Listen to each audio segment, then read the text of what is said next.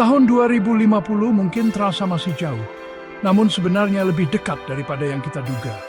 Penting bagi kita untuk memikirkan masa depan. Dengan memahami kemungkinan yang ada, kita bisa menentukan langkah kita sekarang. Kita harus berandai-andai, tapi dengan dasar yang kuat. Ini akan membantu kita menghadapi berbagai hal rumit di masa mendatang. Kecerdasan buatan atau AI berkembang sangat pesat. AI siap mengubah banyak hal dalam hidup kita. Di tahun 2050, AI mungkin sudah menyatu dengan kehidupan kita.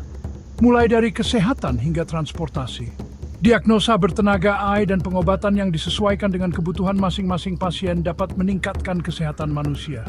Namun kita juga harus memikirkan dampak etis dari peran AI dalam pengambilan keputusan. Pengaruh AI sangat besar. Robotika juga berkembang sangat cepat. Otomatisasi akan mengubah berbagai industri, terutama manufaktur dan logistik. Otomatisasi memang bisa meningkatkan efisiensi, tetapi juga menimbulkan kekhawatiran tentang hilangnya pekerjaan. Tenaga kerja perlu beradaptasi. Keahlian baru akan dibutuhkan untuk sukses di masa depan yang serba otomatis. Pendidikan dan pelatihan ulang sangat penting. Transportasi sedang berada di ambang revolusi. Pada tahun 2050, kendaraan tanpa pengemudi mungkin sudah biasa. Kendaraan ini diharapkan dapat mengurangi kecelakaan dan melancarkan lalu lintas. Konsep kota pintar dengan jaringan transportasi terpadu bisa menjadi kenyataan. Mobil listrik atau bahkan mobil terbang mungkin akan mengubah cara kita bepergian. Namun, pembangunan infrastruktur dan peraturan harus mengikuti perkembangan ini. Bagian 5, perubahan lanskap koneksi manusia. Teknologi mengubah cara kita terhubung. Interaksi sosial semakin banyak dilakukan melalui platform digital. Pada tahun 2050, realitas virtual dan augmented reality bisa semakin mengaburkan batas antara dunia nyata dan digital. Meskipun teknologi ini menawarkan cara baru untuk terhubung, penting bagi kita untuk menjaga keseimbangan dan tetap memelihara interaksi manusia yang sesungguhnya. Bagian 6. Pekerjaan yang ditata ulang beradaptasi dengan era otomatisasi. Sifat pekerjaan akan berubah.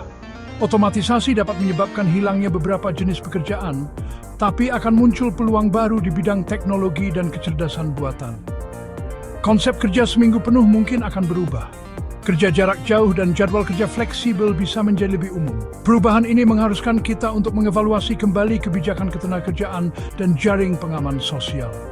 Kemampuan untuk belajar sepanjang hayat dan beradaptasi akan jadi kunci. Bagian 7. Keharusan keberlanjutan, perhitungan lingkungan kita. Dampak perubahan iklim akan semakin terasa pada tahun 2050. Menangani masalah lingkungan akan menjadi sangat penting. Transisi ke sumber energi terbarukan sangatlah penting. Praktik berkelanjutan di bidang-bidang seperti pertanian dan manufaktur juga penting. Inovasi teknologi dapat berperan. Teknologi penangkapan dan penyimpanan karbon sangat menjanjikan. Namun, die Netzenjiften berbasis Wildenpitserlukan. Bagian 8. Sehari dalam kehidupan, visi 2050. Bayangkan bangun tidur di tahun 2050. Asisten kecerdasan buatan Anda telah menyiapkan jadwal Anda dengan mempertimbangkan preferensi Anda dan berita terbaru. Anda sarapan yang disesuaikan dengan kebutuhan nutrisi Anda yang ditentukan oleh analisis data. Mobil listrik otonom Anda mengantar Anda tempat kerja dengan efisien dan ramah lingkungan. Hari kerja Anda diisi dengan proyek kolaboratif. Teknologi menjembatani jarak dengan mulus. Di malam hari, Anda bersantai di lingkungan realitas virtual, terhubung dengan teman dan keluarga di seluruh dunia. Ini adalah gambaran sekilas tentang kehidupan sehari-hari yang mungkin terjadi, dibentuk oleh kemajuan teknologi dan perubahan norma sosial. Bagian 9. Membentuk takdir bersama. Masa depan tidak ditentukan sebelumnya. Masa depan dibentuk oleh pilihan yang kita buat hari ini. Dengan bersikap proaktif dan berdialog dengan bijak, kita dapat menghadapi tantangan dan peluang yang ada di depan. Penting untuk mempertimbangkan implikasi etis, terutama untuk teknologi yang baru muncul. Kita harus berusaha menciptakan masa depan yang maju secara teknologi dan berkelanjutan. masa depan yang bermanfaat bagi seluruh umat manusia. Keputusan yang kita buat sekarang akan bergema untuk generasi mendatang. Kita harus bertindak secara bertanggung jawab. Mari kita bentuk masa depan yang layak untuk cita-cita kita.